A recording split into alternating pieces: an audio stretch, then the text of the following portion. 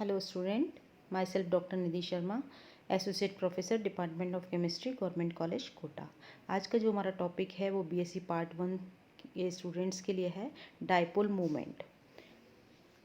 Dipole movement की सहायता से हम ये पता कर सकते हैं कि कौन सा कंपाउंड पोलर होगा और कौन सा नॉन पोलर होगा। और जब हम पोलर और नॉन पोलर की बात करते हैं तो सबसे पहले बात आती है कोवलेंट बॉन्ड की, कि कोवलेंट बॉन्ड पोलर कौन से होते हैं और नॉन पोलर कौन से होते हैं। पोलर जो कोवलेंट बॉन्ड होते हैं उनमें इलेक्ट्रॉन का डिस्ट्रीब्यूशन अनसिमेट्रिकल होता है। इसका कारण है इलेक्ट्रोनेगेटिविटी में, दोनों एटम्स की इलेक्ट्रोनेगेटिविटी में डिफरेंस होता है। जबकि नॉन पोलर में क्या होता है कि इलेक्ट्रॉन का डिस्ट्रीब्यूशन सिमेट्रिकल होता है। Polar covalent bond two different atom के कंबाइन होने से बनते हैं जिनकी इलेक्ट्रोनेगेटिविटी में डिफरेंस हो, और ये लगभग डिफरेंस 0.4 से 1.7 तक होता है। जबकि नॉन पोलर जो बनते हैं वो सिमिलर एटम्स कंबाइंड होकर जिनकी इलेक्ट्रोनेगेटिविटी में डिफरेंस ना के बराबर होता है। और जो बॉन्डिंग इलेक्ट्रॉन पेयर हैं वो थोड़ा सा इलेक्ट्रोनेगेटिव जो एटम है उसकी तरफ शिफ्ट हो जाते हैं, जबकि नॉन पोलर में बिल्कुल सेंटर में रहते हैं, एग्जैक्टली सेंटर में रहते हैं। फॉर एग्जांपल HCl को देखिए आप, हमने ये एग्जांपल दे रखा है HCl। तो जो बॉन्ड पेयर है कि जो इलेक्ट्रॉन्स हैं वो किधर की तरफ शिफ्ट हो गए हैं, क्लोरीन की तरफ, क्लोरीन एटम की तरफ। और नॉन पोलर में H2 ले लीजिए, जहाँ पर दोनों सिमिलर एटम है, Cl2 H2 N2 कोई भी ले सकते हैं आप। तो जहाँ बॉन्ड पेयर के जो इलेक्ट्रॉन्स हैं वो दोनों के एग्जैक्टली सेंटर में हैं। और जब ये इलेक्ट्रॉन इधर शिफ्ट हो गए तो क्या होगा, एक एटम जो है इलेक्ट्रोनेगेटिव उसके ऊपर क्या होगा, स्लाइटली नेगेटिव चार्ज आ जाएगा, और दूसरे के ऊपर स्लाइटली पॉजिटिव चार्ज आ जाएगा। जबकि नॉन पोलर में कोई चार्ज नहीं होता एटम्स के ऊपर। और जब चार्ज आ गया, दो पोल हो गए, तो क्या होगा, वहाँ पर डाइपोल क्रिएट हो जाएगा। और नॉन पोलर में कोई डाइपोल नहीं होता। अब हम डिस्कस करेंगे डाइपोल मोमेंट। डाइपोल मोमेंट क्या है?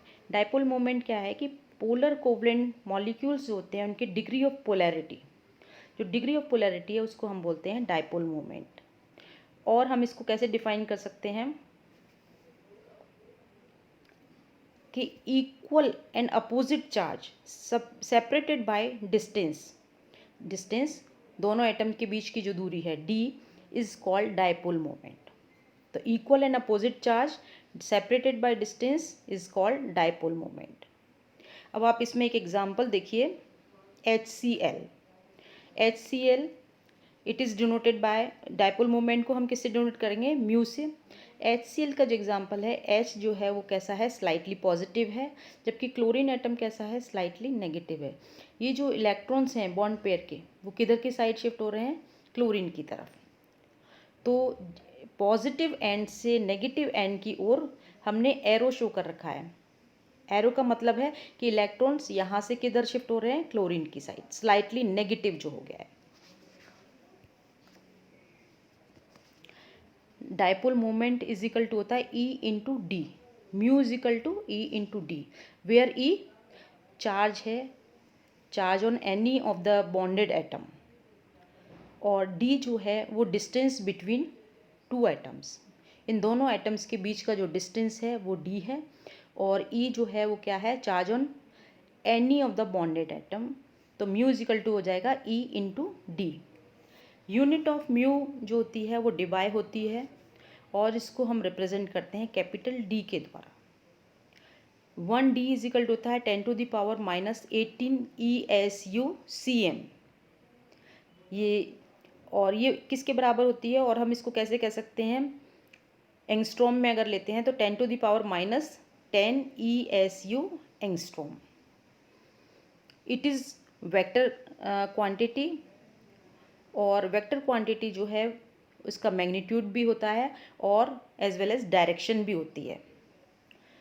तो it is vector quantity having both magnitude as well as direction which represents direction of shifting of electrons. जैसे HCl में H से Cl की तरफ इलेक्ट्रॉन शिफ्ट हो रहे हैं तो हम क्या करेंगे, एक एरो के द्वारा इसको हम रिप्रेजेंट करेंगे।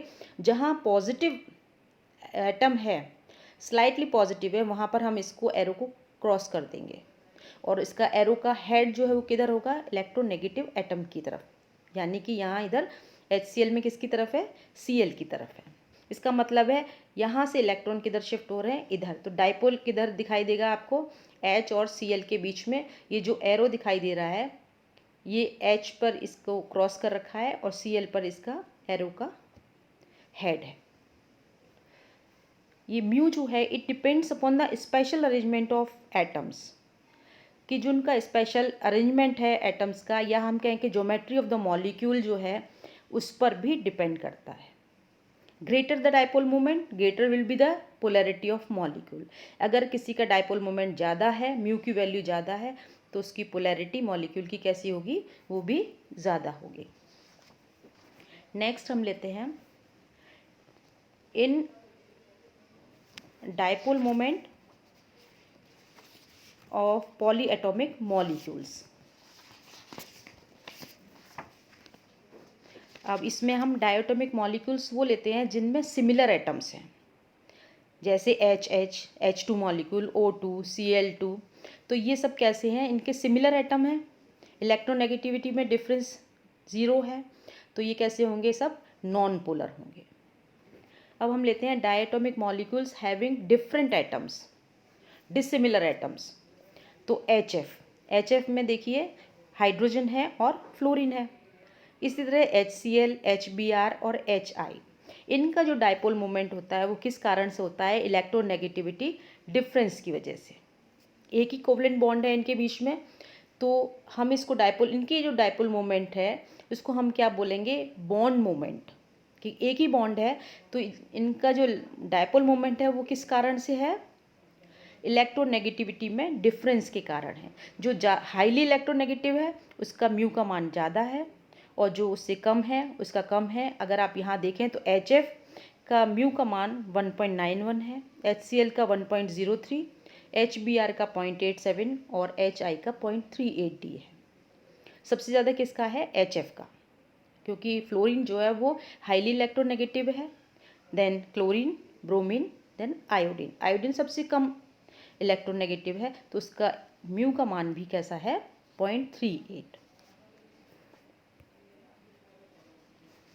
अब हम लेंगे इन polyatomic molecules, the dipole moment of the molecule is vector sum of all present dipole, bond dipole in the molecule. जितने भी बॉन्ड डाइपोल हैं पॉलीएटॉमिक मॉलिक्यूल्स में, इसमें तो हमने अभी जो डिस्कस किया था उसमें एक ही बॉन्ड था, कोवलेंट बॉन्ड, तो हम उसको बोलते थे bond moment.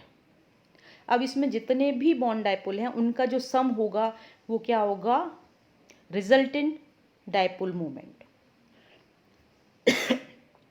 Being a vector quantity it can also be A zero. अगर इलेक्ट्रोनेगेटिविटी में डिफरेंस है तो भी डाइपोल मोमेंट ज़ीरो हो सकता है, क्योंकि जो अगर अपोजिट डायरेक्शन में बॉन्ड है तो वो दोनों एक दूसरे के बॉन्ड डाइपोल को क्या करेंगे, कैंसिल आउट कर देंगे, तो उसका जो डाइपोल मोमेंट होगा वो क्या हो जाएगा, ज़ीरो।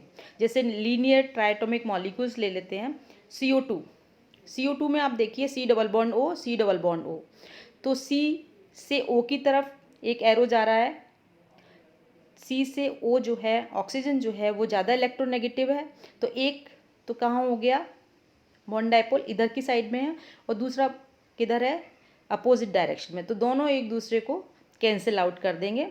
तो इसका बॉन्ड मोमेंट, इसका जो बॉन्ड डाइपोल होगा वो एक दूसरे को कैंसिल कर देंगे, तो डाइपोल मोमेंट जो है वो म्यू इक्वल टू क्या हो जाएगा, ज़ीरो। ठीक ऐसे ही BeF2 में है, B की कंपैरिजन में F जो कैसा है, हाईली इलेक्ट्रोनेगेटिव है, तो एरो किधर से जाएगा, BE से F की तरफ, तो दोनों अपोजिट डायरेक्शन में, इसलिए इसका भी कैसा हो जाएगा, म्यू जो है वो ज़ीरो। इसी तरह से CS2 में भी म्यू का मान कितना होगा, ज़ीरो होगा। तो जो बॉन्ड डाइपोल हैं वो क्या करेंगे, cancel out each other opposite direction में होने की वजह से, और ये सब म्यू ज़ीरो है तो ये मॉलिक्यूल कैसे होंगे, नॉन पोलर। म्यू जो है हम इसको किस तरह से डिनोट करते हैं, जो बॉन्ड डाइपोल है it is denoted bye A cross on the positive centre. आप देखिए यहाँ पे C से O की तरफ है, तो हम क्या करेंगे, एक एरो लगाएंगे और उसको क्रॉस कर देंगे, किधर, जहाँ पर इलेक्ट्रो पॉजिटिव है, और नेगेटिव की तरफ उसका एरो का हेड रहेगा। इस तरह से हम बॉन्ड डायपोल को रिप्रेजेंट करते हैं। अब हम कुछ एग्जांपल्स ले लेते हैं, जैसे Ab2 टाइप मॉलिक्यूल्स, वाटर है, H2S है, SO2 है। अब अगर हम इसमें देखें वाटर मॉलिक्यूल, तो O और 2 H हैं, हाइड्रोजन है। तो आप जानते हैं इलेक्ट्रोनेगेटिविटी ऑक्सीजन की हाइड्रोजन के कंपैरिजन में काफ़ी है। तो एरो किधर होगा? हाइड्रोजन से ऑक्सीजन की तरफ। लेकिन यहाँ पर क्या है, इसके पास 2 लोन पेयर ऑफ इलेक्ट्रॉन्स हैं। 2 लोन पेयर ऑफ इलेक्ट्रॉन्स हैं तो एरो किधर होगा? ऑक्सीजन से इलेक्ट्रॉन्स लोन पेयर की तरफ। तो अगर इनका रिजल्टेंट हम देखें, डायपोल मोमेंट म्यू देखें अगर रिजल्टेंट, तो क्या हो जाएगा? वो नॉट इक्वल टू 0, क्योंकि दोनों जो H से O की तरफ एरो जा रहे हैं और एक ऊपर जा रहे हैं, तो सेम डायरेक्शन में जा रहे हैं। इसकी वजह से क्या होगा? ये जुड़ जाएंगे। तो म्यू इज इक्वल टू हो जाएगा 1.85D। अगर हम देखें H2S में, तो H से S की तरफ जा रहे हैं और S से लोन पेयर ऑफ इलेक्ट्रॉन्स की तरफ जा रहे हैं बॉन्ड डायपोल, तो क्या होगा? इसका मान 0.97D। इसी तरह से SO2 में देखिए आप कि म्यू का मान कितना आ रहा है? 1.61D, क्योंकि S से ये O की तरफ जा रहे हैं और S से यहाँ ये इधर जा रहे हैं, तो ये क्या होगा? 1.61D। तो ये तीनों ही मॉलिक्यूल्स कैसे होंगे? पोलर होंगे। इसके बाद हम लेते हैं Ab3 type molecule, BF3, SO3, NH3। BF3 देखें तो कैसी है ये इक्वल डिस्टेंस पर हैं। बोरोन से फ्लोरीन जो है वो कैसा है? इक्वल डिस्टेंस पर है। तो तीनों जो हैं बॉन्ड डायपोल एक दूसरे को क्या करेंगे? कैंसिल आउट कर देंगे और म्यू का मान जो होगा वो क्या होगा? 0 होगा। ये रेगुलर ज्योमेट्री है इनकी। BF3 इक्वल डिस्टेंस पर होने की वजह से ये म्यू का मान 0 हो गया और ये कैसा होगा? मॉलिक्यूल नॉन पोलर होगा। इसी तरह से SO3 में आप देखिए, इसमें भी सब इक्वल डिस्टेंस पे हैं, तो एक दूसरे को कैंसिल कर देंगे, तो म्यू का मान कैसा होगा? 0। ये भी नॉन पोलर है। लेकिन NH3 में आप देखें कि H से N की तरफ एरो जा रहे हैं, तो ये अगर इनका बॉन्ड डायपोल देखें तो क्या है? एक ही डायरेक्शन में, और N से लोन पेयर की तरफ जा रहे हैं, तो ये सब एक डायरेक्शन होने की वजह से क्या आएंगे? ये जुड़ जाएंगे तो म्यू इज इक्वल टू हो जाएगा 1.47D। और ये मॉलिक्यूल कैसा होगा? Ammonia polar. नेक्स्ट लेते हैं हम Ab4 type molecules. Ab4 type molecule CH4, SO4 2- sulphate ion, XeF4। अगर आप इसमें देखें, इसमें भी रेगुलर ज्योमेट्री है, टेट्राइडल शेप है CH4 की, और सब इक्वल डिस्टेंस पर हैं, तो सब एक दूसरे को क्या करेंगे? कैंसिल आउट कर देंगे, और कैंसिल आउट करने की वजह से क्या होगा? म्यू का मान 0 हो जाएगा। आप SO4 2- में देखिए, इसमें भी अपोजिट डायरेक्शन में है। देखिए, आप देखें S डबल बॉन्ड O दोनों अपोजिट डायरेक्शन में एक दूसरे को कैंसिल कर देंगे। इसी तरह से O- इधर है, O- लेफ्ट और राइट में है, तो क्या होंगे? एक दूसरे को कैंसिल आउट कर देंगे, तो इनका मान भी क्या होगा? म्यू का 0 हो जाएगा। सेम कंडीशन इधर है XeF4 में, 4 F हैं और 2 क्या हैं? लोन पेयर ऑफ इलेक्ट्रॉन्स हैं, तो सभी एक दूसरे को कैंसिल आउट कर देंगे, तो म्यू का मान 0 हो जाएगा। तीनों ही मॉलिक्यूल्स कैसे होंगे? नॉन पोलर होंगे। लेकिन इनके अपोजिट देखिए आप, CHCl3, CH3Cl। अगर हम इसमें देखें तो तीन Cl हैं, तो C के कंपैरिजन में Cl इलेक्ट्रोनेगेटिव है, तो एरो कहाँ से किधर की तरफ होगा? बॉन्ड डायपोल किधर होगा? C से Cl की तरफ। H जो है वो कैसा है? इलेक्ट्रोपॉजिटिव है, इसकी इलेक्ट्रोनेगेटिविटी C की ज़्यादा है, H की कम है, तो एरो किधर लगेगा? H से C की तरफ। अगर इसका रिजल्टेंट हम देखें तो क्या होगा कि कुछ वैल्यू होगी इसकी नॉट इक्वल टू 0, क्योंकि 3 Cl हैं यहाँ पर और एक ये H है। तो अगर ये दोनों Cl एक दूसरे से कैंसिल आउट हो भी जाते हैं तो भी एक Cl बचेगा और एक H, तो इनका म्यू का मान क्या हो जाएगा? 1.15D। तो ये कैसा होगा? पोलर होगा। अगर इसमें हम देखें तो क्या है? म्यू का मान 1.86D, ये भी पोलर है, क्योंकि 3 हाइड्रोजन है और ऊपर क्या है? क्लोरीन है। तो हाइड्रोजन से एरो किधर जाएगा? कार्बन की तरफ, और कार्बन से कहाँ जा रहा है, क्लोरीन की तरफ। तो चारों अगर हम देखें तो क्या होगा, एक दूसरे में जुड़ जाएंगे, जुड़ने की वजह से 1.86 डी हो जाएगा, और ये दोनों ही मॉलिक्यूल जो होंगे वो कैसे होंगे, पोलर होंगे। अब हम लेते हैं डायपोल मोमेंट की एप्लीकेशंस ऑफ डायपोल मोमेंट। इसकी जो बहुत ही इम्पॉर्टेंट जो एप्लीकेशन है वो क्या है, determination of percentage of ionic character.